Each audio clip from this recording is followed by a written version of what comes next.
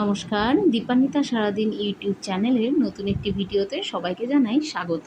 ভোরবেলা উঠে সমস্ত কাজ সেরে যে বিহানকে বসিয়েছি খাওয়াতে, তারপরে তিরিং বিরিং করে একটু পায়ে আলতা মেখে নিয়েছিলাম।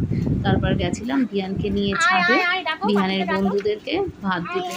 এই যে আজকে অনেক দিন পর আমরা ছাদে গেছিলাম, আজকে বিহানের স্কুলও শুরু আর কি। ছাদে যাওয়া মানে একটু ফটোশ্যুট করে নিলাম।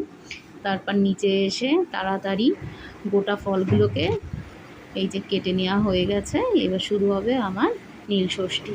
প্রথমেই ঘি দিয়ে মধু দিয়ে আস্তে আস্তে আমি শিবলিঙ্গ, নন্দী ভৃঙ্গি সবাইকে আস্তে আস্তে মুছিয়ে দিচ্ছিলাম। তারপর কাঁচা দুধ, ঘি, মধু একসঙ্গে মেশানো ছিল, এটা দিয়ে শিবের মাথায় গঙ্গা জল সহকারে সব কিছু একসঙ্গে ঢেলে দিয়েছিলাম, যাতে শিব ঠাকুর ঠান্ডা হোক, পৃথিবী শান্ত হোক, সব বাচ্চারা সুস্থ থাকুক, এই মনস্কামনার জন্য। তারপর বেলপাতাতে একটুখানি ঘি মধু লাগিয়ে শিব ঠাকুরের মাথায় দিলাম আকন্দ ফুলের মালা। একে একে যা যা উপকরণ আমি কিনে নিয়ে এসেছিলাম সব কিছুই শিব ঠাকুরকে আমি নিবেদন করছিলাম। আর এটা একদম আমার নিজস্ব মানে মনে মনে যা আমার কামনা ছিল সেরকমভাবেই আমি করেছি। কোনো নিয়ম নীতি আমি কিছুই জানি না, যেটা আমার মনে হচ্ছে সেটাই করেছি। আর শুধুমাত্র সব সন্তানরা সবাই যেন 3 বেলা অন্তত খেয়ে পরে থাকতে পারে, এটাই আমাদের একমাত্র কাম্য।